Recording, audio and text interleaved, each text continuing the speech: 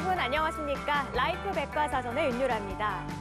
지난주에 자동차에 대해서 너무 많은 이야기를 나누다 보니까 시간이 모자랐어요. 그래서 오늘 그 두 번째 자리를 준비했는데요. 차에 대한 궁금증은 들어도 남아 있습니다. 2박 3일 동안 이야기해도 모자랄 것 같은데요. 자, 입단 좋은 네 분이죠. 한문재 변호사, 김원숙 평론가, 그리고 김필수 교수, 오재국 원장과 함께 자동차와 관련된 다양한 이야기 나눠보겠습니다. 네, 다음은 이슈로 넘어가 보겠습니다. 급발진인데요. 급발진이라는 게 사실 내가 차를 조작하지 않아도 자동으로 그냥 확 하고 출발하는 걸 말하는 거죠? 맞습니다. 운전자의 의지와 관계없이요. 급가속이 되면서 사고까지 이어지는 부분이기 때문에 실질적으로 사회적으로도 후유증도 상당히 크고요. 해결 방향도 지금 전혀 안 나와 있고 계속 발생을 하고 있고 네. 또 앞으로 요새 화두가 이 자율주행차 아닙니까? 자율주행차의 가장 큰 문제점은 어두운 부분이 앞으로 해킹이거든요. 네. 그러니까 자동차 급발진과 더불어서 해킹까지 가해진다 이런 측면에서 대단히 굉장히 두려운 부분이고요. 실제로 저희 이제 자동차 급발진 연구회라고 있습니다. 여기서 연구한 바에 의하면은 네. 가솔린 엔진의 자동 변속기가 이제 기본적인 요건이고요. 물론 이 디젤 엔진 같은 경우는 약 5%, 약 95%는 가솔린 엔진과 자동 변속기가 생긴다 이렇게 보시면 좋을 것 같습니다. 그렇군요. 급발진이라는 게 실제로 계속 많은 피해를 이제 보는 사람들이 많잖아요. 네. 교수님이 보시기에 이게 정말 가능한 거예요, 급발진이라는 게? 가능하다고 보고 있고요. 1980년에 우리나라 같은 경우는 뭐 어떤 차종에 ECU를 처음 탑재를 했어요. 전자제어 장치요. 그때 이제 급발진 시작을 했습니다. 우리가 휴대폰 같은 거 사용할 때도 사용을 하다가 끊어진다든지 혼자서 프로그램 돌아가는 거 많이 느끼셨을 겁니다. 네. 자동차도 역시 프로그램에 의해서 동작이 되고 판단을 해주는 경우가 많은데 운전을 할 때 이런 현상이 생기게 되면은 자동차 급가속한다든지 운전자의 의지와 관계없이요. 근데 실제로 발생하는 건수를 보게 되면은 10건 중에서 한 8건 정도는 운전자 실수로 판단이 돼요. 상황을 보면은 약 20%가 진짜 자동차 급발진이다 이렇게 보고 있거든요. 네. 연간 신고되는 게 80건에서 약 100건 정도예요. 국내 같은 경우에. 근데 실제로 신고 건수의 10배에서 20배 정도를 보니까 저희는 약 2,000건 정도를 보고 그중에 1,600건은 운전자 실수, 약 400건은 진짜 급발진이다 이렇게 판단을 하고 있습니다. 저기 자율주행 자동차 이렇게 말씀을 하셨는데 그럼 자율주행 자동차는 그냥 혼자 가는 건데 네. 인간이 작동하는 것만으로도 지금 오작동이 일어나가지고 혼자 가버리는데 그럼 자율주행 자동차는 어떻게 보장하는 거죠? 저는 뻥이라고 생각하는데요. 쉽지는 않다고 보고 있어요. 무슨 얘기냐면 자율주행을 혼자서 운전하지만 네. 해킹이라는 것 자체는 외부에서 제3자가 자동차를 원격 조정을 하는 거거든요. 물론 급발진이라는 문제는 다른 문제고요. 또 해킹은 또 별개의 문제인데 일단은 운전자의 의도하지 않은 바로 사고가 일어나는 부분이기 때문에 근데 대부분의 급발진 자체는 몇 초 만에 짧게 끝나는 경우가 많습니다. 그러다 보니까 운전자가 사실 순간적으로 문제가 생기게 되면 머리가 하얗게 된다 그러거든요. 네. 몇 초 만에 자기가 어떤 행동을 했는지 전혀 몰라요. 그러다 보니까 그냥 급발진이에요 이렇게 얘기하는 경우도 상당히 많이 있거든요. 근데 상당히 길게 2, 30초 일어나는 경우에는 운전자가 실수할 가능성이 상당히 적고요. 네. 또 아까 뭐 얘기했던 블랙박스, 영상 블랙박스가 직접적인 증거는 아니더라도 상황을 보게 되면 대략 확인이 가능해요. 예. 특히 우리나라는 전 세계적으로 2대 중에 한 대가 영상 블랙박스가 공급되는 가장 많이 공급된 나라다 보니까 급발진 사례에 대한 이 의구심이나 또 외국에서 나오는 영상도 우리나라에서 공급한 영상들이에요. 자세히 보면 다 우리나라 영상들입니다. 그러다 보니까 이제 급발진에 대한 이슈가 더 많은 사례고요. 예. 또 해결 방향도 안 나와 있고 또 법적인 체계 자체도 운전자가 자동차 결함을 밝혀야 되는 구조다 보니까 상당히 소비자 입장에서는 억울하다라는 부분도 있고요. 그렇다고 이 해결을 못하는 건 아니거든요. 자동차 결함이냐 아니면은 운전자 실수냐에 대한 부분들은 2009년 말부터 나온 차량은 OBD2라고 해서요. 계기판에 각종 센서에 대한 신호 체계가 나오게끔 되어 있습니다. 이 신호 체계에는 각종 정보가 다 나와 있기 때문에 네. 운전자가 심지어는 가속 페달을 20%, 30% 밟음까지 다 나오는 신호가 있어요. 이거를 로드를 시켜가지고 그것만 보게 되면은 누구 책임인지 확실히 알 수가 있거든요. 그렇군요. 이 장치를 한 5만 원이면 만들 수가 있어요. 예, 근데도 불구하고 이런 장치를 보급 안 하고 있다는 것은 상당히 고민사항이 많은 부분이라고 볼 수가 있습니다. 그렇겠네요. 네. 급발진에 관련된 또 알고 계신 사례가 있으시다면요? 급발진 관련해서 영상에서 이게 서 있던 차가 시속 100km까지 가는데 네. 그게 아주 빠른 스포츠카가 한 5초 그 정도 걸리지 않습니까? 네. 웬만한 승용차는 아무리 빨리 밟는다는 7초 이상 그렇게 걸릴 텐데요. 네. 그런데 고속도로 휴게소에 서 있던 차예요. 서 있던 차가 순간 한 2초 만에 빵 해갖고 휴게소 벽을 뚫고 들어가요. 근데 그게 시속 60km로 가더라도 그 벽을 뚫을 수가 없거든요. 네. 그건 엄청난 힘이 가해져야 되는데 분명히 서 있었어요. 서서 시동 켜는 순간 빵 튀어나가는데 그것은 인간의 힘으로 안 된다는 거죠. 아무리 빨리 밟더라도 처음에 시속 10, 20, 30으로 올라가야 되는데 한 3초 되더라도 이제 겨우 한 시속 30 정도밖에 안 돼요. 네. 근데 그렇게 뚫고 들어갔다는 것은 이것은 인간의 제어에 의한 게 아니라는 거예요. 네. 그렇다고 그러면 그런 영상이 있어요. 영상이 있고 서 있다가 사고 날 때까지 그리고 뭔가 더 두꺼운 벽을 들이받고서 멈추게 되는데요. 이 정도는 이거는 사람의 운전 미숙이 아니다. 그건 증명이 돼요. 네. 그런데 우리나라는 아하 그렇더라도 그건 당신 운전 미숙이야. 당신이 힘이 더 셌을 거야. 그 차에 문제가 있다면 당신이 증명하시오. 그래야 이 급발진에 대해서 자동차 결함을 그래야 인정해 주겠소. 이게 우리나라의 법 체계인데요. 하지만 우리는 자동차에 대해서 몰라요. 내가 안 만들었기 때문에. 네. 병원에 멀쩡하게 들어갔다가 병원에서 죽어 나오는 의료사고일 때는 병원에서 우리 잘못이 없었습니다라는 걸 병원이 책임져야 되고 입증을 해야 되고 네. 병원에서 입증하지 증명하지 못하면 손해배상을 해줘야 돼. 책임 인정해 줘야 돼요. 예. 자동차도 마찬가지입니다. 자동차 그 복잡한 거 자동차 제조회사에서 우리가 이거 잘못이 없다라는 걸 증명해야지. 증명 못하면은 다른 블랙박스라든가 이런 사정에서 CCTV라든가 이런 것에 의해서 이건 급발진으로 보여진다. 그 정도까지만 보여주면 되지. 우리가 그 차가 그 자동차 결함이라는 걸 우리가 증명할 수는 없어요. 네. 따라서 우리나라도 입증 책임의 전환이 이루어져야만 됩니다. 유일하게 제품 중에 자동차만 그걸 사용하는 사람한테 입증 책임을 하라는 것 같아요. 예를 들면 스마트폰이나 일반 전자제품 예를 들면 밥솥이다 그러면 밥솥 할 때 그 맞아요. 밥한 사람이 그 문제입니까? 예.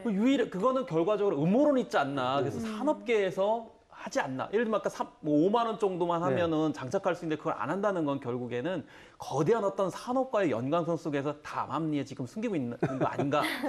그러면서 상대적으로 국민들한테 모든 걸 다 이렇게 씌우고 있는 것 아닌가. 이런 생각이 드는데요. 고민이 됩니다. 연구에서 그래서 약 3천만 원 들여서 6개월 동안에 장치를 개발해서요. 네. 그냥 끼고 옆에다 붙이면 됩니다. 우리가 일반 블랙박스만 껴도 5% 이 DC 할인을 해주지 않습니까? 마찬가지로 이거 그냥 무상으로 껴줘서 하면은 충분히 가능한데 참 아쉬운 부분이 상당히 많다고 볼 수가 있습니다. 네. 그러면 급발진 사고가 났던 그 네. 현장에서의 대처법은 또 있을까요? 많이 이제 질문 받는 것 중에 하나가요. 급발진이 생겼을 때 사는 방법이 뭔가를 많이 물어봅니다. 네. 미국에서는 컨슈머 리포트나 이런 데서 발표를 해요. 이런 문제가 생겼을 때는 세 가지를 동시에 진행을 하라 이 얘기를 합니다. 예를 들어서 뭐라냐면은 급발진이 생겼다라고 했을 때는 브레이크는 여러 번 밟게 되면은 브레이크 무력화 현상이 생기기 때문에 한 번에 힘껏 밟을 것, 동시에 변속기 레버를 중립에다 놓으면서 시동 스위치를 끌 것, 세 가지 못합니다. 제가 전문가인데요. 그럼 못해요. 제가 전문가도 잘 못해요. 그 상황에서는 그냥 아무것도 없어. 그래서 제일 좋은 방법이 뭐냐면요. 뭐예요? 사실 방송에서 이런 얘기 잘 말씀 많이 안 드리는데 예. 차를 일단 빨리 세워야지 살 수가 있어요. 네. 근데 사람이 급발진 생기면은 앞에 사거리다 차가 있으면 자꾸 피하는 성격이 사람입니다. 그다음 피하면은 해결이 되겠지라는 생각을 들거든요. 네. 그 사거리에서 차를 피하고 2번 정도 피하면 이미 시속 100km 넘어가 있어요.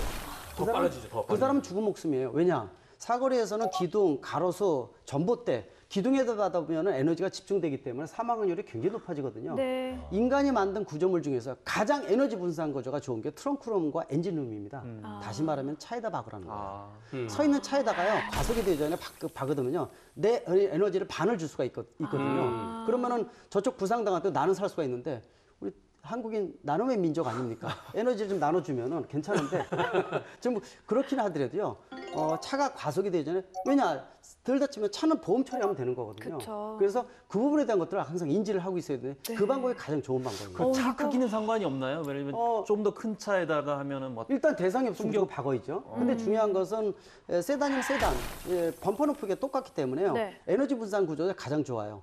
근데 이제 SUV 같은 건 좀 높아지고 버스나 트럭 같은 건 밑으로 파고 들어가기 때문에 치명적이 될 수가 있습니다. 그러니까 빈 차면 좋겠네요. 아무도 안 탄 주차돼 있는 차에. 근데 빈 차를 고를 겨를이 없죠. 그런데 일단 있으면 박어있죠. 대단히 주차한 차. 다치는 사람은 완전 네. 날벼락이잖아요. 날벼락이죠. 그래서 저는 이제 급발진하고 또 하나 문제가 브레이크가 작동이 안 되는 경우가 있어요. 네. 그래서 와 이러나 그러면서 브레이크 잡으려고 막 그러는데 내부 그 영상까지 다 있는 경우가 있는데요. 네. 그냥 막 피하다가 결국은 못 피하거든요. 네, 네. 그럴 때 그 화단에 있는 가로수를 들이받았더라면 그럼 거기서 턱을 받으면서 멈출 수 있었겠다. 가로수 쭉 돼 있잖아요. 그럼 네네. 턱 하다 보면 멈출 것 같아요. 지난번에 부산에서 이 할아버지가 운전하시고 옆에 아기들도 있고 딸도 있고 부인도 있고 그런데 브레이크가 안 들어갔고 브레이크 결합으로 사고 난 게 있었거든요. 그래서 서 있는 트레일러를 들이받아갖고 가족들이 사망했어요. 그 할아버지 그 아저씨 무혐의 받았어요. 그거는 본인으로서 어떻게 할 수가 없었다. 브레이크 안 듣는 어떻게 하겠어요. 근데 그때 아쉬움이 그 영상을 보면서 옆에 화단이 있었는데 화단을 좀 들이받았더라면 하는 그런 아쉬움이 있어요. 그래서 아까 뭔가를 들이받아서 내가 더 빨라지기 전에 멈추는 게 좋겠다 말씀하셨는데 저도 같은 맥락에서 화단에 있는 나무 너무 센 걸 들이받으면 겁이 나니까 화단에 있는 조만한 나무들을 축축축축 받으면서 세울 수 있었으면 좋겠다는 생각이 듭니다. 요새는 이제 이 급발진이 생기는 사례 중에서 많은 사례가 언제냐면은 이 세차를 하고 나올 때 있죠. 순간적으로 네. 발진하는 경우가 굉장히 많습니다. CCTV 측정이. 왜 그러냐면은 저희도 이제 공학적으로 볼 때는 자동차가 보통 시동을 걸어놓은 상태에서 세차를 하고 그다음에 이제 뒤에다 놓고 가속 페달을 밟는 순간 순간적으로 튀어나오거든요. 그거는 왜 그러냐면은 자동차가 연소가 될 때 공기하고 연료가 섞일 때 일반적으로 세차장에 들어가게 되면은 수분이 굉장히 많거든요.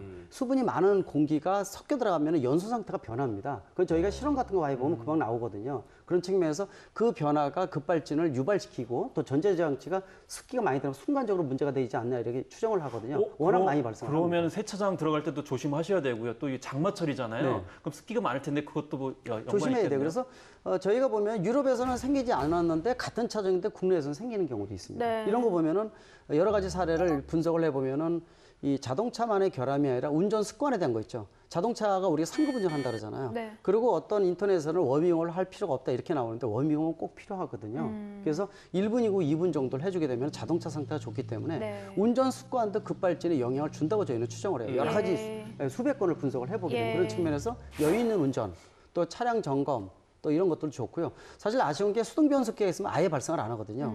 유럽은 전체 차 중에 2대 중에 한 대가 디젤 차량. 그러니까 네. 워낙 발생이 적고요. 전체 차의 2대 중에 한 대가 수동 변속기입니다. 그러니까 워낙 발생을 안 해요. 근데 우리나라하고 미국이 특히 많은 이유는 가솔린 인진의 자동 변속이 거의 100%이기 때문에 워낙 발생이 되는 구조. 근본적으로 수동 변속기도 옵션에 넣었으면 좋은 생각이 드는데 아예 그냥 소비자가 안 찾는다는 핑계로 아예 없어버렸거든요. 그런 것들은 좀 개선해야 되지 않나 이런 생각이 듭니다. 네. 그리고 이제 네 분 다 운전하시죠? 네 분 다 직접 이제 차를 선택해서 사셨을 텐데요. 차를 선택하는 기준이 저는 궁금해요. 어떠세요? 저는 뒷좌석과 앞좌석과의 간격이 넓은 차. 그게 첫 번째입니다. 네. 뒷좌석에 주로 뒷좌석 앉으시니까. 자니까, 주로. 네. 간단하네요. 큰 차, 넓은 차. 교수님은 어떠세요? 일단은 뭐 여러 가지를 봅니다. 그 중에서 이제 약간 이제 저만의 특성이 뭐냐면은 여자들은 히팅을 좋아해요. 뜨뜻한 거, 핸들도 뜨뜻하고 좌석도 뜨뜻한 거 좋은데 남성은 에어컨을 키더라도요 1시간 달리면 엉덩이가 다 젖어요. 땀이 많이 나거든요. 그러니까 쿨링을 좋아합니다. 그러니까 저는 이제 오너 드라이브를 많이 하다 보니까 좌석에 쿨링이 돼 있는 거. 쿨링이 안 돼 있으면 똥차 제가 그러거든요. 그러니까 고급차도 이 쿨링이 안 돼 있는 차 굉장히 많거든요. 네. 5천, 6천만 원 이렇게 비용이 비싼데도 그런 거는 똥차. 있으면은 고급차. 이런 특성이 좀 있습니다. 그렇군요. 평론가님은요? 저는 처음에 이제 뭐 아까 가성비 말씀들 사전에 네. 말씀을 하셨는데 가성비 중에서도 이제 연비를 주로 많이 연비 받았어요. 중요하죠. 뭐 그런 점인데 지금은 저는 그냥 편안한 차였으면 좋겠어요. 그리고 네. 제가 약간 좀 길거든요. 그러다 보니까 젊었을 때는 그래도 피가 혈액순이 잘 되다 보니까 그런 걸 못 느꼈었거든요. 근데 네. 갈수록 좀 최대한 편안하고 안전하고 좀 약간 가격이 좀 높아도 그런 차들을 좀 고르게 되더라고요. 그렇군요. 원장님은요? 저는 이제 두 가지가 있는데 하나는 이제 자동차도 저를 표현할 수 있는 하나의 수단이라고 생각을 합니다. 그래서 제가 갖고 있는 이미지와 비슷한 차를 좀 많이 찾는 편이고요. 본인이 생각하는 본인의 이미지가 이제 어떠신지. 제가 이제 좀 약간 작고 땅땅한 이미지이기 때문에 아. 예를 들면 이제 뭐 작은 해치백 스타일 이런 거 좀 좋아하고요. 어울리세요. 네, 이제 네. 그런 것들이 하나 첫 번째고 두 번째는 이제 우리나라 사람들이 차를 이제 사는 어떤 기준이 이제 어떤 자기를 나타내려고 하는 부분이 좀 조금 그쵸. 있지 않습니까? 네. 그래서 과시도 이제 있고요. 예, 과시가 있어서 저는 오히려 그런 부분이 있기 때문에 좀 반대로 제가 생각하는 어떤 저희 경제적인 수준보다 조금 낮은 차를 선택하려고 하는 경향이 있습니다. 두 가지 기준을 가지고 선택합니다. 멋있으시다. 보통은 다 저렇게 이렇게 얘기하면 업그레이드 여성들한테 시키려고 멋있습니까? 네, 그런 전략을 가지고 반대 아니에요? 대장남의 느낌이 아니잖아요. 그렇죠? 보통은 다들 본인의 그런 어떤 경제적인 수준보다 업그레이드 시켜서 차를 몰길 원하지 않으세요? 차라는 거 택일을 할 때 처음에 너무 디자인이 이쁘다라는 것보다도요. 네. 한 번, 두 번 볼 때마다 괜찮네. 이렇게 가야지 10년을 갈 수가 있어요. 사람하고 아. 비슷하군요. 예, 지겹지 않은 겁니다. 네, 사람하고 비슷하네요. 맞습니다. 예. 처음에 너무 와닿으면 금방 멀어질 수가 있는데 차는 점점점 보면 볼수록 좋은 차가 진짜 좋은 차다. 너무 이렇게 자주 보시면 타면 안 됩니다. 가끔 타야 됩니다. 사람하고 비슷하기 때문에 가끔 봐야 됩니다. 자동차를 선택하는 기준들이 다들 이제 다르신데 저 같은 경우는 경우에는 이제 연비를 가장 많이 신경을 씁니다. 한 달 뭐 가계비 따지고 보면은 유류비가 진짜 많이 들어가긴 하거든요. 근데 얼마 전에 한 자동차 회사가 앞으로 우리는 전기차만 생산하겠다라고 했습니다. 이렇게 되면 유류비는 확실히 줄어들 거죠. 그쵸? 줄어들죠, 확실히. 지금 현재 국내에서도 전기차 활성화를 시키고 있거든요. 네. 일반적으로 휘발유 대비해서 같은 거리를 갈 때 한 7분의 1, 8분의 1 정도 듭니다. 특히 이제 물론 급속 충전을 하게 되면 킬로와트당 지금 현재는 한 150원 정도 지금 받고 있거든요. 근데 이 심야용 완속 충전을 하게 되면은 일반 누진세도 적용이 안 되는 별도로 전기차 비용을 내기 때문에 그런 측면에서 7분의 1, 8분의 1이니까 20만 원 정도 들어간다 그러면은 한 뭐 3만 원, 4만 원 거의 뭐 거저라고 볼 수가 있죠. 그런 네. 측면에서 한번 얼리 어댑터이신 분들은 불편한 부분이 아직도 남아 있지만은 전기차를 구입하는 것도 하나의 방법이고요. 예. 정부에서도 지자체에서도 2천만 원 정도 이제 보조금을 주기 때문에 내연기관차하고 거의 동급의 가격으로 구입할 수가 있는 시기가 지금이다 이렇게 볼 수가 있습니다. 돈이지만은 환경적인 측면에서 그거 아주 유용하지 않습니까? 굉장히 네. 크죠. 왜냐하면 자동차 자체가 완전 무공해이기 때문에 사실 정부에서도 이거를 보급하는 이유도 완전한 무공해. 미세먼지도 사실 노후된 경유차, 뭐 질소 산화물 문제 이런 것들이 많이 부각이 되고 있는데 이 전기차는 물론 여기에 공급되는 전기에너지가 친환경적으로 만들어야 되는 숙제는 있지만은 자동차 자체는 완전 무공해거든요. 네. 또 세계의 화두입니다. 그런 측면에서 보면은 또 이게 우리만 끊으면 끝나는 게 아니라 우리 자동차가 경제의 양대 축 중에 하나인데 미래 먹거리 중에서 상당히 중요하거든요. 또 전기차가 자연스럽게 넘어가는 과정 중에서 자율주행차로 넘어가기가 좋아요. 그런 측면에서 좀 더 이 친환경차의 보급 활성화에 대해서 정부에서 인센티브 정책이나 또 소비자들도 그런 부분을 좀 더 가중치를 둬서 구입하는 부분이 필요하지 않나 이렇게 보고 있습니다. 아니 뭐 현실적으로 그렇게 얘기하시는 분도 있어요. 전기 자동차 사용해도 충전소가 많아야 되는 것 아니냐. 근데 충전소가 현실적으로 부족한데 왜 많이 구입하라 하냐 이렇게 하소연하시는 분도 있는데요. 이 닭이 먼저 닭에는 면제해야 되는 부분도 많이 있습니다. 물론 이제 급속 충전기에 대한 것들은 일종의 플라스보 효과가 있어요. 그러니까 뭐냐면은 실제로 유럽에서 사용하는 급속 충전기를 많이 설치를 했더니 실제로 이용 빈도가 20% 미만인 거죠. 전기차를 몰고 갈 때 충전기가 없으면은 바늘이 반만 되면 뒤돌아서 집으로 가야 되거든요. 집까지 못 가는 불안감이 있는 거죠. 네. 근데 충전기가 있으면은 넣을 수 있어라면 마음의 안식이 되는데 네. 플라스보 효과까지 있으면은 활용은 안 하지만은 안심이 된다는 거죠. 그런 부분이 상당히 많기 때문에 그래서 급속 충전기 분명히 많이 있어야 돼요. 급속 충전기의 목적은 비상 충전과 연계 충전입니다. 연계 충전이라는 게 서울하고 부산 갈 때 대전에 대구에다가 급속 충전기 설치해서 충전해서 이어서 가는 거죠. 그런 목적이기 때문에 그래서 원래는 전기차는 일반 내연기관차를 대체하기보다도 휴대폰이라는 생각을 가져야 돼요. 네. 휴대폰은 집에 가면은 무조건 꽂아놓지 않습니까? 예. 전기차는 몰다가 집에 가면요 무조건 심해형 완속 충전, 전기비도 싸고요. 그런 습관이 상당히 중요한데 내년 말이 전기차의 빅뱅이라고 보통 얘기를 해요. 네. 한 번 충전시켜서 300km 내외 가는 게 보편화되거든요. 내년 말 정도 되면은 굉장히 좋은 시대가 옵니다. 그런 근데 측면에서 그게요. 한번 300km 간다는 게 생각보다 불안해요. LPG 차량이요. 네. 가솔린하고 LPG가 같이 있는 차들이 있잖아요. 그거 LPG로 가다 보면은 불안해요. 맞습니다. 이게 겨우 해봤자 한 200km 정도 가는데 이게 충전소가 없어요. 그럼 300km를 하지만은 300km가 생각보다 이게 짧을 수도 있고요. 네. 나중에 언젠가는 보조 충전기 들고 다니다가 긴급하게 한 100km 갈 수 있게 그렇게 될 수 있을 것 같은데요. 기술은 많이 좋아지고 있고요. 가장 큰 문제 중에 하나는 에어컨도 이제 전기를 많이 쓰지만은 이 전기차는 가장 중요한 게 히터입니다. 히터, 우리가 이제 일반 내연기관차 뜨거운 엔진이 있기 때문에 그 열을 이용하기 때문에 연료가 거의 안 들거든요. 근데 전기차는 아예 열이 없기 때문에 히팅을 시켜야 되는데 그 연료비 많이 들어가기 때문에 겨울에 히터를 많이 틀면요 30%가 줄어요. 어허. 그러니까 100km 가야 되는 건 70km 주니까 굉장히 불안합니다. 그러니까 겨울엔 더 불안하겠네요. 겨울에 더 불안해요. 네. 그러다 보니까 예를 들어서 예전에 공무원 쪽에 공공기관 많이 보급을 했는데 예전에는 또 전기차가 별로 상태가 안 좋았지 않습니까? 근데 그걸 몰고 가야 되니까 가야 되는데 히터를 켜야 되면은 갖다 못 오는 거예요. 그러니까 옷을 두껍게 입고요. 김이 손을 불면서 의지의 한국이 돼가지고 돌아오는 이런 사례도 심지어 있어요. 잘못하면 분노 조절 장애 걸리겠네요. 맞습니다.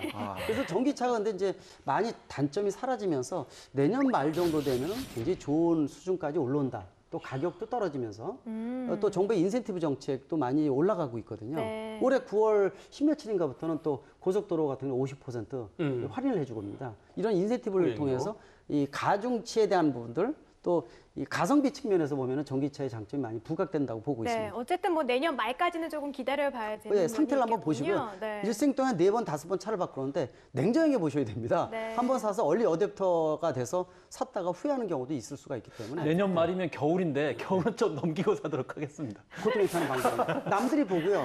이 가는지 안 가는지 상태를 좀 보고요. 저희가 지금 전기차의 장단점에 대한 이야기를 좀 나누고 있는데요. 미세먼지 얘기 저는 이게 정말 중요할 것 같습니다. 원장님 의사로서 어떻게 보세요? 미세먼지가 이제 뭐 여러 가지 이유가 있지만 하나는 자동차의 매연, 그다음에 두 번째는 이제 중국에서 넘어오는 어떤 그런 중금속들이 주를 이룬다고 하고 있는데요. 네. 사실 저는 이제 이비인후과 전문이고 호흡기를 보는 의사이기 때문에 사실 이 최근 들어서 알러지 환자가 많이 늘었고 특히 이제 비염이 많이 늘었고요. 두 번째는 기존 천식 환자들이 악화되는 게 상당히 많습니다. 그러니까 우리가 실제로 지금 매스컴에 나오는 것보다 실제 우리 국민들이 느끼고 있는 불편감은 상당히 더 많은 편인 거죠. 네, 미래형 자동차로 전기차만큼 주목받고 있는 게 바로 자율주행차죠. 자율주행차의 시대도 얼마 남지 않은 것 같습니다. 근데 여기에도 아직까지는 좀 해결해야 될 문제들이 좀 많이 있죠? 굉장히 많습니다. 자율주행차를 너무 핑크빛으로 보는 경향도 있어요. 네. 물론 최근의 자동차가 이미 자율주행 기능이 들어가 있습니다. 한산한 고속도로 같은 데서 자율주행 기능 스위치 누르면은요. 우리가 운전할 때 뭐 아기를 딴다지 않는데 한 손으로 잡고 따는 경우 있지 않습니까? 네네. 경험해 보셨을 겁니다. 또 옆에서 좌석 잡을 때 핸들 잡고 이렇게 하는 경우도 있거든요. 예. 근데 그거 놓고 해도 될 정도로 굉장히 좋아졌어요. 그런 기능들이 많이 들어가고 있어요. 그래서 운전을 할 때 보조를 해주는 거. 또 고령자나 아니면 장애인을 위해서 혹시라도 기기 조작이나 판단 능력이 떨어질 때 자율주행 기능을 통해서 미리 사고를 방지해주는 능동식 안전장치를 활용한다든지 이런 것들은 괜찮거든요. 그래서 아마 2, 3년 내로 자율주행차가 활성화된다 하더라도 실버타운이라든지 한산한 관광 지역에 시속 30에서 40km 미만으로 저속으로 같은 코스를 도는 정도는 눈에 보일 겁니다. 예. 근데 예를 들어서 광화문 사거리에서 러시아어에서 자율주행차를 집어넣는다. 상당히 심각한 부분이고요. 아직 그 가장 핵심이 되는 라이다 센서가 뭐 오프로드에서 먼지가 많이 일어난다든지 또는 뭐 폭우나 폭설, 신호등이 고장났다든지 우리가 보통 아이들하고 지나갈 때 아이 컨택트 하지 않습니까? 네네. 이런 거는 인지를 전혀 못해요. 그런 측면에서 아직도 미안의 대기이기 때문에 끝에 장밋빛을 보는 건 좋지만은 아직 좀 멀었다 이렇게 보시면 좋을 것 같고요. 네. 그러나 아직도 이제 법적인 체계도 그렇고요. 보험 문제부터 시작해서 책임 소재도 1, 2시까지 문제가 생길 수가 있기 때문에 아직도 고민이 될 상황은 많다. 그러나 모든 먹거리는 자율주행차로 몰리고 있다. 움직이는 가전제품, 움직이는 생활 공간으로 바뀌는 게 자율주행차이기 때문에 충분히 연구를 하고요. 앞으로 활용할 부분 많다. 또 어두운 부분이 바로 해킹입니다. 원격으로 차를 조정을 해서 우리가 영화 보면 살인 사건 많이 나오는데 사람을 살인하고 흔적도 안 남기는 분명히 나올 수가 있거든요. 네. 그래서 그런 측면에서 그런 부분을 얼마큼 죽여주느냐가 상당히 좀 중요한 부분이라고 보고 있습니다. 그리고 저는 또 한 가지 이제 문제가 음주운전인데요. 네. 자율주행차를 타는 사람이 술을 마신 다음에 그 차를 탔습니다. 이거는 음주운전으로 봐야 하는 건가?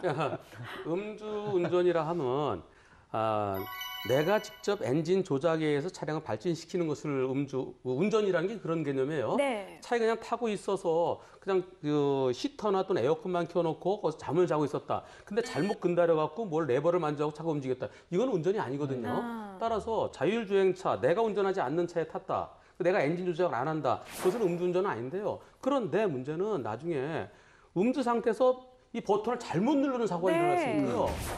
따라서 앞으로 그 부분도 좀 연구가 필요하고, 근데 무엇보다 저는 자율주행차가 이게 상용화된다 그러면 대재앙이 올 것으로 예견하고 있습니다. 예를 들면요. 대재앙. 왜냐? 이 자율주행이라는 것은 지금 우리 지하철이라든가 이런 것은 레일 위를 가요. 딱 정해져 있어요. 정해진 길만 가다 어디까지 가다 쓰고 또 출발하고. 그런데 이 자동차는 레일 위가 아닙니다. 그냥 너도 나도 막 가고요. 그리고 모든 자동차가 동시에 자율주행차라 그러면 프로그램화 시켜서 갈 수 있겠지만 자율주행차와 일반 사람이 운전하는 차가 만나게 되면은 자율주행차는 상대도 나처럼 모든 것을 프로그램에서 지킬 것을 생각합니다. 하지만 사람이 운전하는 차는 언제 어디서 튀어나올지 모르는 거죠.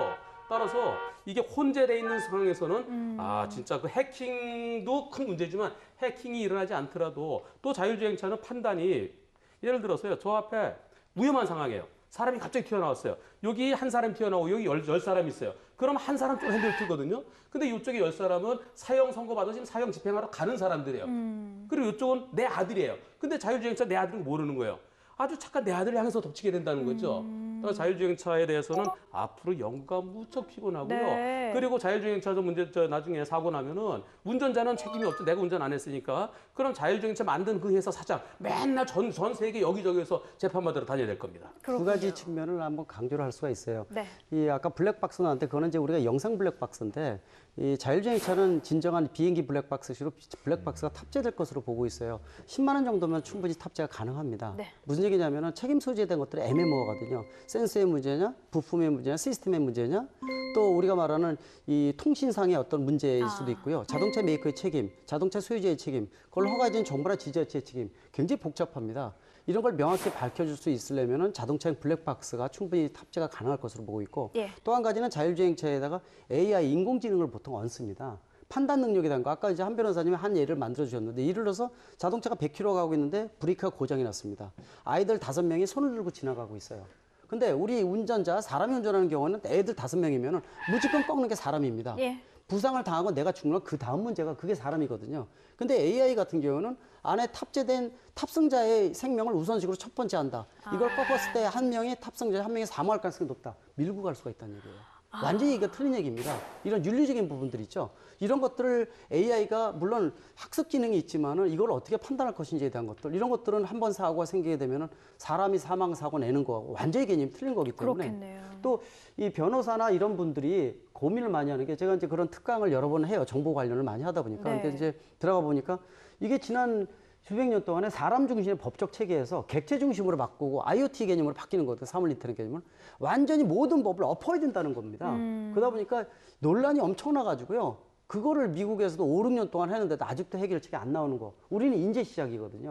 그러니까 이게 차만의 공급이 아니라 우리 일상생활에서 모든 법적인 것까지 영향을 주는 거기 때문에 파급 효과가 굉장히 지대하다 이렇게 볼 수가 있습니다. 그렇겠네요. 저는 한 변호사님 말씀에서 뭐 이렇게 재앙이 없거나 이렇게 말씀을 하셨잖아요. 근데 한편으로는 지금 굉장히 불안했던 분들도 많아요.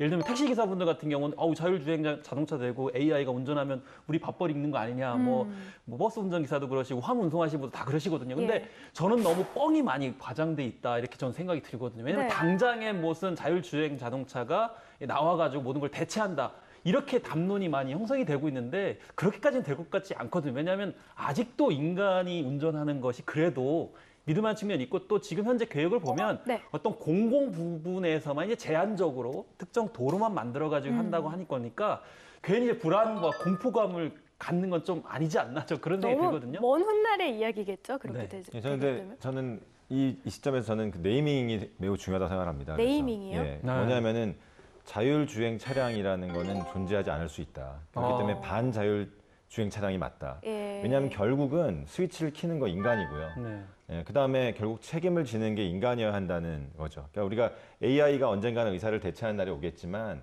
그 의사가 그 AI의 수많은 정보들을 자기가 배운 지식과 함께 융합을 할 때 정말 훌륭한 진료가 나올 수 있다고 생각을 하거든요. 예. 그러니까 자동차의 기술은 분명히 발전을 할 거고 그런 발전한 기술에 인간의 어떤 판단이 작동될 때 가장 완전한 운전이 이루어지지 않나. 그렇습니다. 제가 보기에도 자동차라는 개념이 지금 역사적으로 120년 정도 됐는데요. 사람 중심이라는 겁니다. 자율주행차가 나오더라도 플러스 알파 해주는 거예요. 보완을 해주는 거고 네. 좀 더 안전하게 만들어준다는 측면이 강조되기 때문에 완전한 혼자 결정해서 자율주행차 간다는 것은 좀 먼 미래고 여기에 따라서 직업이 어떤 없어지고 발생을 하고 이런 부분들도 너무 걱정할 필요는 없거든요. 시간이 많이 필요합니다. 네. 그런 측면에서 보면은 물론 이제 목표 의식을 두고 하는 것도 좋지만은 거기까지 가기까지는 많은 과정이 있기 때문에 너무 걱정할 필요는 없고요. 아마 그런 부분들이 사회적 합의라든지 공감대 또 그 시스템이 구비돼야지 가능하다 이렇게 볼 수 있습니다. 질문 하나요. 네. 자율주행차가 위험을 느꼈을 때 시속 100km로 가다가 그 자리에 바로 멈출 수 있을까요? 멈출 수는 있겠죠. 그냥 시간이 걸리고 아니 그래 바로 멈추려고 그러면 네. 우리 영화 보면은 그냥 빠른 속도로 가다가 촥 쓰잖아요. 네, 네. 근데 그게 자동차는 그게 안 될 것 같아요. 자동차는 가다가 이 물리력이 있어요. 가다가 불가능하죠. 쓰는데 어느 정도 그렇죠. 가야 되잖아요. 관성이 있기 때문에 그렇죠. 차가 네. 무거우면 아니 더 멀리 그냥 가는 탁 쓰게 거고. 되면 사람이 그냥 크게 다칠 수 있어요. 그렇죠. 그건 맞습니다. 있을 수가 없는 거고 예전에 자전거 타고 가다가 그 브레이크 깍 잡으면 자전거 넘어지잖아요. 네네. 그런 현상이 일어날 수 있거든요. 맞습니다. 그렇다고 그러면 앞으로 자율주행 자동차가 이제 다닐 수 있는 곳은 딱 일정한 구간. 거기는 사람도 안 들어오고 자동차 전용 도로인 구간 그리고 모든 자동차들이 거기에 들어왔을 때는 모든 법규를 다 똑같이 지킨다는 전제가 있어야 가능하지 맞습니다. 그렇지 않으면 어떤 차가 쑥 들어오면은 그럼 사고 날 수밖에 없거든요. 그래서 아무리 센서가 뛰어나더라도. 그래서 가장 큰 문제가 아까 말씀하신 대로 이 사람이 운전하는 상태에서 자율주행가 섞여 있을 때 가장 위험합니다. 그렇죠. 그래서 자율주행은 지금 한 10년 동안 벌써 실험을 하고 있는 게 미국 같은 데서는 우리 영화에서도 그런 한 장면이 있었어요. 고속도로에서 자율주행차 전용 도로에서 물류 트럭이 군지불행하는 거 있죠. 이거는 적용 가능성이 높아요. 왜? 자율주행차만 움직이고 사람이 안 들어가기 때문에 사고도 안 생기거든요. 예. 그런 것들은 물류비도 줄이면서 효과도 이미 많이 입증을 했어요. 예를 들어서 100km 달릴 때 앞뒤차의 간격 최소한 100m 뛰어야지 문제가 생겼을 때 제동을 해서 쓸 수 있는 거리인데 또 중간에 쉬어야 되거든요. 근데 물류 차량이 10대가 쭉 갈 때 한 명만 타고요. 9대가 뒤에 안 탈 수가 있습니다. 그 기술은 이미 확보돼 있고 전용 도로일 때는 사고의 가능성도 없기 때문에 비용이 충분히 뽑아낼 수가 있어요. 이때는 아까 말씀하신 운송 기사들이나 이런 부분들은 상당히 영향을 받을 수가 있는데 이거는 적용 가능성 상당히 높아지고 있고 또 실용화에 대한 것들도 몇 년 뒤에 나올 것으로 예상을 하고 있습니다. 네, 오늘의 마지막 키워드 살펴볼게요. 네, 사고입니다. 자, 가장 크게 이제 보이는 게 음주운전. 저는 이 글자가 딱 눈에 띄는데요. 음주운전 교통사고로 목숨을 잃는 사람이 한 해 평균 500명이 넘는다고 합니다. 대체 음주운전을 하는 사람들의 심리 무엇일지 너무 궁금해요, 평론가님. 근데 이 심리는 뭐 역사 이래로 옛날부터 계속 꾸준히 있어 왔던 것 같아요. 예. 근데 귀차니즘을 발동시키지 않을까 그런 생각 들기도 하는데 조선 초기에 1495년에 태조 이성계가 생일을 맞아가지고 이 잔치를 열게 됩니다. 근데 네. 판문화무사인 이제 홍영통이 술을 먹고서 말을 타요. 말을 타는 가다가 이제 어떻게 됐겠습니까? 떨어졌습니다. 그래서 아이고. 부상을 입게 되는 거고요. 그래서 숨을 거두게 됐고 예. 또 세종대왕의 이제 스승이라고 할 수 있는 이수 선생 같은 경우도 술을 먹고 말을 타고 가다가 떨어지게 돼요. 아이고. 그럼 이 상황에서는 어떻게 제도적으로 고민할까 해서 왕들이 신하들한테 술을 먹게 되면 가마를 줬다는 겁니다. 근데 가마는 혼자 먹는 게 아니죠. 다른 사람들 일꾼들이 뭐라 하는 거니까 오늘날로 얘기하면 뭐 운전기사일 수도 있고 대리운전기사도 있으니까 결국 술 마셨을 경우에는 결국 가마를 주는 사람은 없지만 네. 대리운전이나 운전기사를 구비하지 못하실 경우에는 결국 대리운전 서비스 택시를 많이 이용하셔야 되겠죠. 그쵸. 근데 사실 보면은요, 도로교통공단 이 자료에 따르면 최근 5년간 음주운전 발생 건수를 이제 보여주고 있는데요. 사실 줄어들고 있기는 해요. 그런데 이제 문제가 재범률인데 음주운전 재범률이 그 마약 재범률보다 훨씬 높다라고 이야기하더라고요. 그 이유는 어디 있을까요? 네, 음주운전은 우선 우리나라의 음주운전이 안 걸리는 사람이 훨씬 더 많습니다. 저 발표된 거는요, 저거는 걸린 사람들이고요. 지금 저 건수는 저 음주운전 사고인 것 같은데요. 예. 왜냐하면은 1년에 음주운전으로 적발되는 경우가 한 25만 건 정도 돼요. 근데 저거 2만 몇천 저것은 사고입니다, 사고. 예. 그렇다 그러면 음주운전으로 걸리더라도 별거 아니네.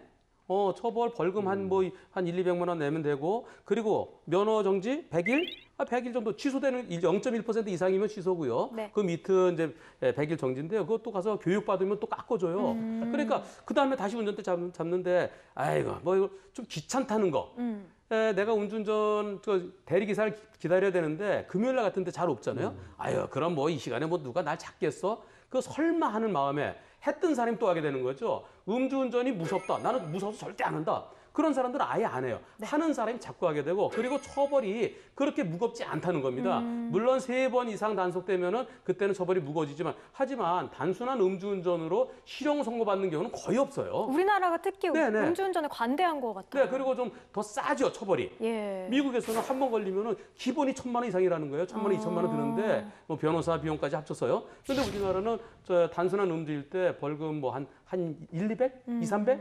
그 다음에는 또 한 3, 400?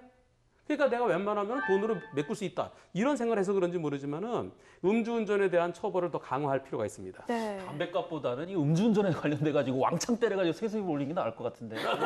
그리고 음주운전은 자동차가 있어야 음주운전을 할 수 있죠. 네. 음주운전에 제공된 물건이에요. 네. 범죄에 제공된 물건이에요. 그것은 압수해서 몰수할 수가 있어요. 물론 상습 음주운전자에 대해서는 자동차를 몰수하는 경우도 가끔 있습니다. 그런데 이 어느 정도 수치, 아주 수치가 낮고 사고도 안 냈고 한 번 정도는 봐주지만, 근데 예를 들어 3번째 음주운전 했다라든가, 또는 음주 수치가 높다라든가, 그럴 때는 그 사람 면허 정지 기간 또는 면허 취소하면 1년 있어야 다시 따고, 3번 이상 했을 때 2년 이상 다시 따거든요. 예. 그동안에 그 사람이 운전했던 차를 갖다가 몰수해서 뒀다가 나중에 돌려주는, 그러면 자동차 음주운전하면 우선 그 차가 있기 때문에 나중에 또 운전하는 거예요. 그런 것도 앞으로 검토가 필요합니다. 제가 질문이 하나 있는데 예. 최근에 보도 기사를 보니까 경찰청인가요? 관련 기관에서 예. 술이 알코올 농도가 높게 되면은 시동이 안 켜지도록 하겠다 이런 이제 저도 보도를 봤어요. 했거든요. 네. 그게 과연 법적으로 문제가 안 그건 생길까요? 앞으로 이제 그런 법안을 만들겠다고 지금 하고 있습니다. 이제 저 지금 그 법안을 내려고 하는데요. 그것이 전자 발찌랑 비슷한 거죠. 네, 그렇죠. 네, 네, 성범죄에서 맞습니다. 전자 발찌 하듯이 그것은 괜찮은 제도로 볼 수 있는데 문제는 내가 그 차만 운전하는 게 아니라 다른 차를 운전할 수 있잖아요. 내 자동차에 달려 있으면은 그거 타면은 맨날 삐 불어야 되잖아요. 그럼 내가 렌터카를 빌릴 수도 있고 지구차를 빌릴 수도 있고 그래서 모든 차에 그걸 다는 것도 또 문제가 되고요. 나는 음주운전 전혀 안 하는데 왜 내 차에 그걸 다느냐? 나는 왜 범죄인 시 하느냐? 그래서 그건 조금 더 연구가 필요할 것 같습니다. 네, 그리고 또 남녀에 있어서 이 운전의 차이가 좀 있다 이런 이야기들도 있습니다. 여러분들은 어떻게 생각하세요? 남자와 여자의 운전 좀 다르다 이렇게 보십니까? 차이가 있다고 보고 있습니다. 네. 일반적으로 여성이 남성에 비해서 이 교통법규 준수라든지 차분하게 운전한다든지 이런 부분들은 남성에 비해서 굉장히 뛰어나요. 그래서 혹시 여성이 운전할 때 노란불로 바뀔 때 급제동을 한다든지 남성에 비해서 남성은 그냥 흐름 타고 그냥 넘어가는 경우가 많거든요. 네. 근데 상대적으로 이 여성이 남성에 비해서 떨어진 것처럼 공간 간격이 좀 떨어져요. 그러니까 주차 같은 거 할 때 남성은 그냥 지나갈 때 동물적 간격으로 내 차가 들어간지 금방 알거든요. 근데 여성은 앞뒤로 막 해서 번복이 시켜놓고요. 결국 안 되는구나 가면서 차는 엉망으로 만들어 놓는 그런 경우가 많거든요. 그래서 여성들 같은 데는 차가 좀 높은 SUV, 시야가 공간이 확보된 거. 또 일본에서는 37%가 경차인데 네. 경차 대부분이 주차 보조 장치가 들어가 있습니다. 예. 그걸 활용을 많이 하거든요. 그래서 남성에 비해서 여성들은 주차 보조 장치가 들어가 있는 거를 한 80% 찬성을 하고 남성은 있어도 안 하고요. 그런 특징적인 차이가 좀 있습니다. 그래서 실제로 보면 이제 김여사 운전이라고 하잖아요. 네. 김여사는 단어를 쓰면 안 되지만 어쨌든 저는 그런 운전법이 그래도 조심 운전 차원에서는 바람직한 것 같아요. 남자는 되게 이렇게 운전하는데 여자는 이렇게 운전을 하잖아요. 맞아요. 근데 실제로 그 한 통계자를 보니까 운전 경력 10년 이하인 경우에 남자분들이 교통사고가 훨씬 많더라고요. 그래요? 그 이유는 뭐냐면 남자분들이 운전을 잘 못해서가 아니고 잘한다고 생각을 하니까 방심을 하는 방심 거예요. 운전. 근데 여성들은 이제 신중하게 이렇게 운전하다 보니까 네. 좀 다른 사람한테는 좀 왜 이렇게 느리게 가냐 이렇게 하지만 결과적으로 안전면에서는 좀 사고율이 적다. 그래서 남자들 좀 너무 심하게 운전하지 마시기 바라겠습니다. 저도 사실 운전할 때 2시, 10시 지키거든요. 운전대 딱 잡고 이렇게 갑니다. 남자는 못해도 한 손으로 하는 사람 많습니다. 못해도. 그러다 사고 나죠. 사실 제가 대중교통을 이용할 때도 보면요. 그 남자 기사님, 버스 기사님이 운전할 때보다 여성 기사님이 운전하실 때 훨씬 더 안정감을 느끼는 편이긴 하거든요. 그것만 봐도 남녀 운전의 차이점 좀 느낄 수 있는 것 같습니다. 자, 이제 마지막 단어입니다. 마지막 단어는요, 바로 CCTV. 일단 제가 이제 가장 궁금한 게요, 우리가 그 과속 신호 위반 할 때요, CCTV 달려 있잖아요. 근데 이게 언제 찍히는 거예요, 대체? 그러니까 빨간불, 주황불 뭐 이렇게 있잖아요. 주황불일 때 저도 찍히는 그게 건가요? 궁금했었어요. 네. 그래서 저희 직원이 지난번에 노란불일 때 멈추자니 좀 들어갈 것 같고 그러니까 그냥 노란불이 켜지고서 이 딜레마 존이라고 그러는데요. 네. 딜레마 존에서는 멈추기가 어렵죠. 그래서 그때 제가 그랬어요. 지금 이거 찍히는 거 아니야 했더니 괜찮아요. 언제 찍어? 빨간불에 들어가면 찍힙니다 그러는 거예요.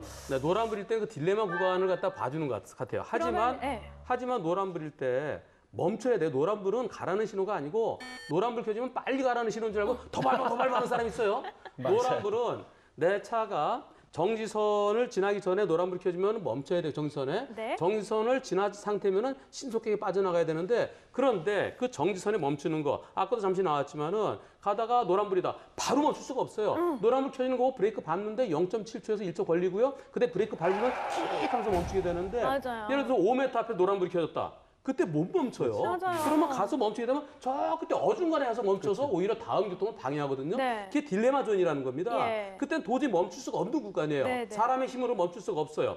그래서 우리도 이 정지선에 대해서 정지선을 1차 정지선, 2차 정지선, 즉 예비 정지선, 본 정지선. 그래갖고 예비 정지선에서 요때 노란불이 켜지면은 브레이크 잡으면 여기에서 쓸 수 있다는 거죠. 예. 여기에서 예비 정지선을 지나친 상태에서 노란불이 켜질 때는 그때 도저히 못 멈춘다. 네. 오히려 멈추다가 더 위험해질 수 있고 다른 교통이 방해되니까 그때는 그냥 통과하는 것이 안전하다. 이렇게 우리 정지선의 개념을 2개로 도로교통법이 개정됐으면 좋겠어요. 또 하나 좀 바뀌어야 되는 것 중에 하나가 네. 지금 바꾸고 있어요. 예를 들어서 우리나라 같은 경우는 신호등이 사거리 길 건너에 있었어요. 대부분 네. 다.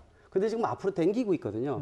왜냐면 미리 앞으로 당겨놓으면요, 미리 제동을 해서 쓸 수가 있어요. 근데 길 건너 있으면 멀다 보니까 노란불 바뀌면 밟아서 그냥 지나가는 경우가 많은데 아. 요새 설치되는 것 중에서는 앞으로 당기고 있거든요. 네. 선진국에서는 그걸 앞에 있어요. 지나가기 전에. 그거 봐야 되니까 밟질 않거든요. 상당히 중요한 부분이라고 보고 있습니다. 이런 것들도 사고를 줄이는데 상당히 중요한 역할을 합니다. 제가 비슷한 경험이 있었어요. 실제로 성수대교 남단에서 좌회전을 해야 되는데 제가 정지선보다 조금 더 네. 먼저 앞서간 거예요. 근데 신호등이 안 보이더라고요. 그렇죠. 이미 지나간 겁니다. 네, 이미 지나간 거예요. 우리나라에서도 지금 순차적으로 그걸 바꾸고 있는 네, 추세고요. 새로 설치하거나 이럴 때는 앞에다가 설치하는 게 많아지고 있는 것은 긍정적으로 보고 있고 예전 거는 길 건너에 다 있습니다. 요즘은 양쪽에 다 설치하는 것도 있어요. 네. 앞에도 하고 예. 뒤에도 하고. 또 이제 우회전할 때도 있죠. 네. 상당히 우회전할 때 운전 다 하시니까 느끼시겠지만은 보통 횡단보도 이 파란불 있죠. 초록불이 어떻게 바뀌는지 보고 건너잖아요. 네. 그래서 사실 우회전 등도 설치하는 게 적극적으로 검토하는데 저는 보조 긍정적으로 신호등. 보고 네, 있거든요. 보조 신호등 보조 필요하죠. 신호등이요. 예. 그거 보고 우회전할 때 상당히 중요한 거거든요. 이걸로 인해서 접촉사고도 많이 생기는데 빨리 설치해야 되는 것으로 알고 있습니다. 근데 교수님, 네. 결국 빨간 불로 바뀔 때 찍히는 건가요? 그래요. 저도 그게 네, 그렇죠. 결국 그거고요. 그거 이제 최고 속도 무인 단속기 같은 경우도 속도에 대한 부분들도 100km다 그러면 110km 10% 정도 있죠. 105km 정도도 안 지키거든요. 그런 부분들이 예전에 이 법적으로도 논란이 돼 있었는데 예. 오차가 있어요. 기기 오차도 있기 때문에 그걸 고려를 해서 설치를 합니다. 제가 그 담당자한테 얘기를 들었는데 그게 오차가 있기 때문에 네. 건마다. 근데 그거에 관계하지 말고 그래요. 제한 속도를 지키는 게 중요하죠. 네. 제한 속도를 지키지 않으면은 위험한 상황에 내가 멈출 수가 없다는 거예요. 운전에서 제일 중요한 건 앞을 보는 겁니다. 앞을 잘 보더라도 앞차랑 너무 가까우면 도저히 멈출 수가 없어 안전거리를 확보해야 돼요. 근데 그 안전거리는 내 그 제한 속도에 맞는 안전거리 있죠. 네. 제한 속도 100km인 고속도로에서는 100m를 해야 그래야 위험을 느끼고 자동차가 승용차가 멈추는데 70m가 필요하다는 거예요. 30m 여유를 두고 100m를 둬야 되는데 내가 시속 200km 갔다.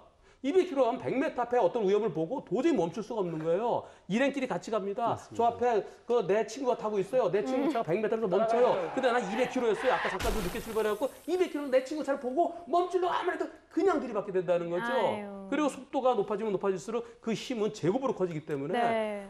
시속 120km로 달리다가 사고 났을 때는 사망률이 거의 반입니다. 반.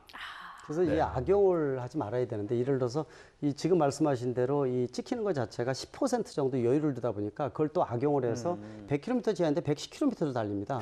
또 계기판은 보통 7에서 8%더 많이 올라가게 만들거든요. 아. 안전을 위해서 또 높게 만들어요, 실제로. 그러니까 한 80km 달리고 있는데 88, 9, 거의 90까지 나타나 있거든요. 그걸 또 알아요. 그러다 보니까 아는 게 100km를 병이네요. 110km로 달리고 계기판은 더 올라가니까 또 8km 더 올라가니까 거의 118km 정도로 달리는 거죠. 근데 말씀하신 대로 그거는 자기의 안전을 버리는 거거든요. 네. 이 제한을 두는 얘기는 아까 제동거리도 그렇고 안전을 위해서 주는 거기 때문에 그 부분은 이 자기 마음, 안전을 위해서라도 꼭 지키는 이 습관이 상당히 중요합니다. 교수님이 말씀 편집하시는 게 나을 것 같아요. 너무 상세한 정보를 해보고 싶다는 생각이 얘기 나오니까 말씀드리고 방송 얘기 안 하거든요. 왜냐면 이거 얘기하면은 아 그렇구나라고 해가지고 이 과속이 제일 위험해요. 속도 위반, 이 과속은 신호 위반, 중앙선 침범, 과속 세 가지 다 위험한데 예. 그 중에서 과속은 큰 사고로 이어질 수 있습니다. 네. 따라서 누가 날 찍건 안 찍건 띵똥띵똥 500m 앞에 뭐가 있습니다. 그거 관계없이 평소에 이 속도를 지키면서 다른 차들 급하게 가면 아 그래 먼저 가려고 난 천천히 간다. 그런 생각 가는 건 어디로 가는지 아시겠죠? 네. 자, 오늘 이제 자동차에 대해서 네 분과 함께 아주 열띤 이야기를 나눠봤는데요. 마지막으로 차에 대해서 편안하게 좀 한마디씩 부탁드립니다. 차는 그 보통 보면은 이제 그 집 그다음에 차 이렇게 생각하는데요. 네. 차를 과시욕으로 타는 것이 아니라 차는 단순한 나를 갖다 이 장소에 저쪽까지 옮겨주는 교통수단에 불과하다. 예, 그래서 가능하면 큰 차 타는 게 좋습니다. 제일 좋은 거 지하철, 그다음에 버스. 그게 잘 안 될 때는 네. 자동차를 꼭 필요할 때만. 네, 알겠습니다. 교수님은요?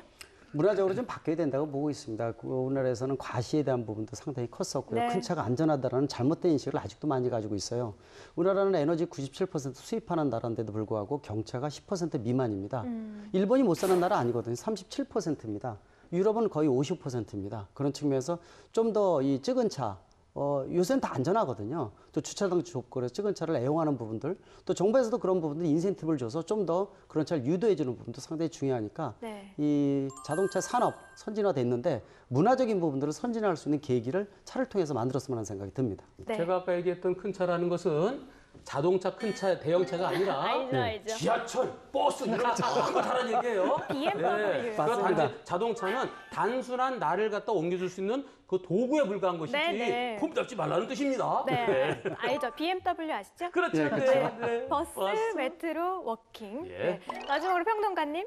저는 뭐 자동차는 좀 문화 수단인 것 같아요. 교통 수단이 아니고요. 지금 현재 문화 수단이라고 하면 뭐 자기 안에 무슨 뭐 험한이나 이런 회사가 전장차 만들어가지고 뭐 영상 볼 수 있고 음악 공간을 편안하실 수 있는 것 뭐 이런 것만 생각하는데 네. 저는 자신의 공간도 중요하지만 그 공간으로 해서 다른 사람의 생명까지 지킬 수 있는 어떤 문화적 관점으로 매너를 좀 지켰으면 좋겠다는 생각을 해봅니다. 네, 좋습니다. 마지막으로 원장님이요.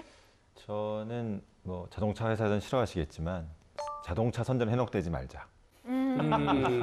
자동차 선전을 보면은 늘 좋은 차를 타야 될 것 같고, 그다음에 그 자동차 안에는 또 아름다운 분이 계셔야 될 것 같고, 내 추억이 물론 내 추억이 머무는 공간이긴 하지만 아까 변호사님 말씀하신 대로 이거는 그냥 우리가 운송하는 수단일 뿐이다라는 생각이 중요한 것 같습니다. 네, 알겠습니다. 네, 오늘은 4명의 패널과 함께 라이프 백과사전으로 자동차에 대한 건강과 법, 사회적 현상까지 이야기 나눠봤습니다. 오늘 좋은 이야기 들려주신 4분 오늘 말씀 고맙습니다. 감사합니다. 네, 각 회사들의 자동차 광고를 보면 예전에는 연비가 좋다, 속도가 빠르다, 각종 옵션이 들어있다 이렇게 성능이나 고급스러움을 강조한 내용이 많았거든요. 그런데 언제부턴가 자동차 광고가 편안해졌다는 느낌을 받았습니다. 예를 들면 가족과 함께하는 모습이 나온다든가 아니면 사람을 배려하는 자동차의 모습을 담는다든가 아니면 자연 속에서 편안하게 주행하는 내용의 광고가 많아졌는데요. 자동차는 사람의 삶을 반영한다고 하잖아요. 그동안 좀 인생을 빠르게 사셨다면 이제부터는 조금 느리고 그리고 주위도 좀 둘러보면서 천천히 여유롭게 달리시다가 또 가끔은 멈춰서 쉬어가 보시는 건 어떨까요?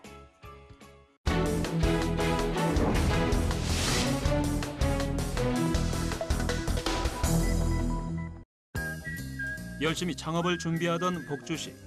복주 씨는 여러 가지 아이템 중 고민 끝에 소프트 아이스크림 가게를 오픈했습니다.